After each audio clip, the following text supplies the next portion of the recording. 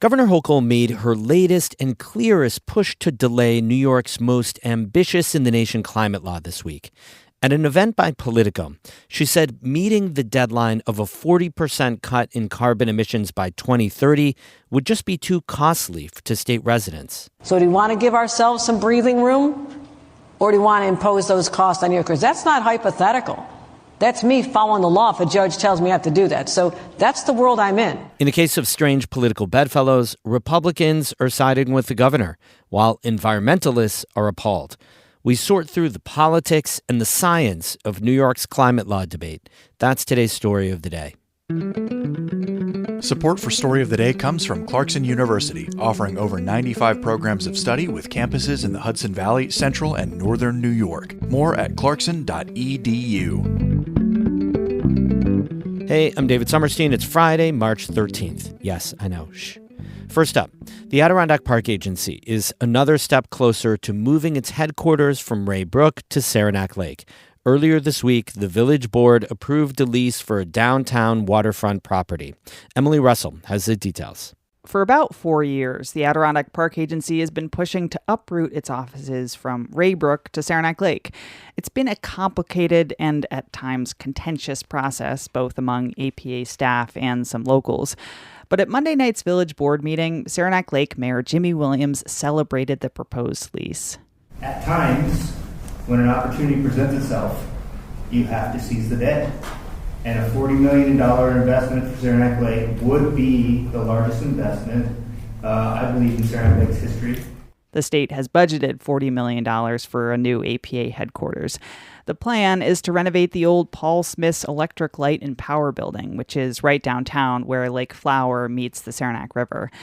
The APA would also build a bigger building in its parking lot behind it. That's where most of its offices would be. From early drawings, Williams said he's excited about the upgrades to downtown. I think it would be an aesthetically pleasing improvement to that end of town and the Riverwalk, and I couldn't support it more. The lease between the APA and the village would last for more than 4 decades with the option for renewal. The APA would pay $1 per year in rent, and along with the $40 million investment, the agency would cover utility costs and regular building maintenance. Village trustee Kelly Brunette said she was hopeful about the development, but wanted more time to review the lease.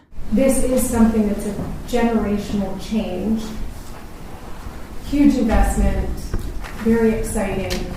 Also, it's important to move ahead cautiously and make sure that the village is protected.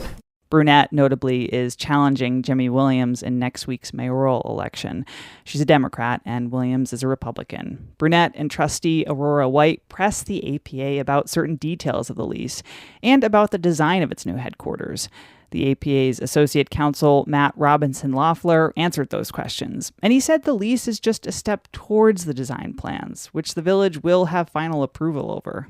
So what the lease allows us to do, in essence, is to, and I'm going to use this word as frankly as I can, comfortably advance to the next stage and make this type of commitment towards, we've out of the conceptual zone and into the reality zone. Trustee Aurora White filed a motion to table the vote. That motion failed, so the lease went up for approval. White voted against it, Brunette abstained, and the lease was approved. The next step for the APA is to gather construction bids for the project. With reporting help from David Escobar, I'm Emily Russell, North Country Public Radio, Saranac Lake.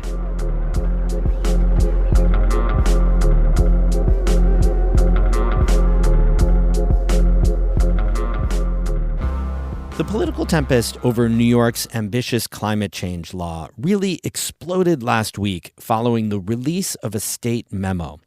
The New York State Energy Development and Research Authority, or NYSERDA, estimated that a speedy transition to non-carbon energy sources could hike upstate residents' electric bills by thousands of dollars a year. Republicans pointed to the memo as a sign of failed policy. Environmentalists see it as a huge setback to fighting climate change. Catherine Wheeler reports. When New York's Climate Leadership and Community Protection Act was passed in 2019, it set a strict timeline for the state to reduce its reliance on fossil fuels and transition to renewable energy. The target is to reduce emissions by 40% and get more than 2/3 of the state's electricity from green energy by 2030, and follow that with total zero-emission energy a decade later. But now Governor Kathy Hochul says she wants to adjust that timeline in the name of affordability. I've said for a long time, affordability is my number one priority. And we're seeing now that people are reeling under the effects of policies that could not have been foreseen in 2019 when this was passed. Hochul blames the COVID-19 pandemic, supply chain disruptions, and the Trump administration's rollbacks of green energy subsidies. She's been laying the groundwork for this delay for months. Then NYSERDA, an agency in her state government, released a memo in late February. It forecast that upstate homeowners could see their heating bills rise about $4,000 by 2031 if the law is implemented as is. But environmentalists and experts say that's misleading. This calculation is based on nothing. It's based on hypotheticals, right? That's Michael Hamersky. He's the executive director of the Pace Energy and Climate Center at Pace University. Hamersky says the real problem is that the state never enacted a policy that's at the heart of the climate law, cap and invest. That's supposed to fund the transition to renewable energy by putting a cost on emitting carbon. Certain industries in New York State are heavy emitters, and specifically, fuel producers and transportation providers are going to have an allocation of the amount of carbon they can put in the air, right?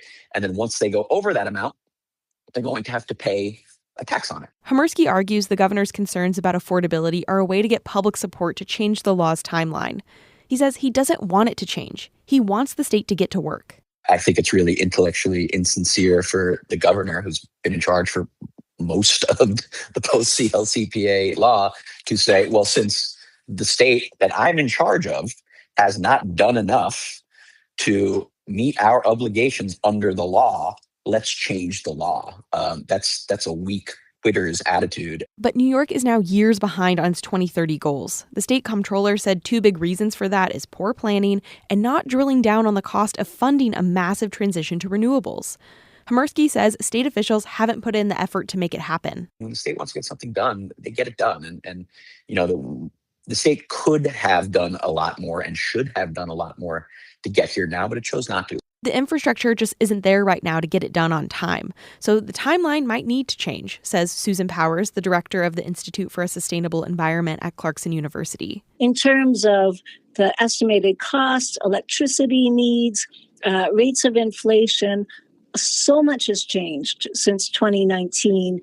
It needs a tweak. Powers says there's another thing missing from the conversation about how fast New York moves away from fossil fuels: the cost of climate change.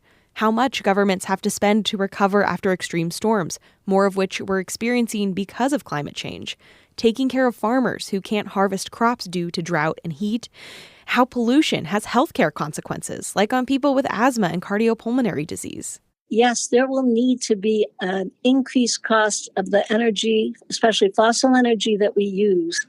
But it's either that or the cost of public health damage and really struggling to be resilient to the climate future that we're going to see. Powers says she doesn't want to see the intent of New York's climate law change, but the state has to figure out a feasible way to reduce its emissions. This issue is a rare point on which Governor Hochul and the state's Republican lawmakers agree.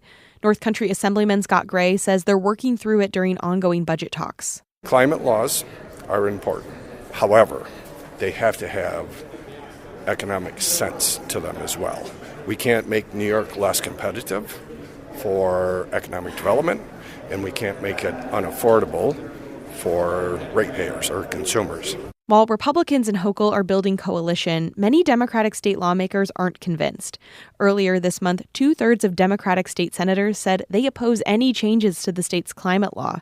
Gray says we'll likely see these changes presented in the state's budget that's due on March 31st.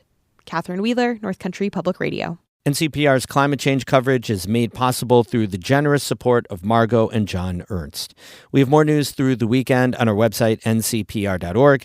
Music today by Evan Veenstra of Gananoque, Ontario, and Ramon Vasquez and Michael Hart of Malone. Have a super weekend. I'm David Summerstein, North Country Public Radio.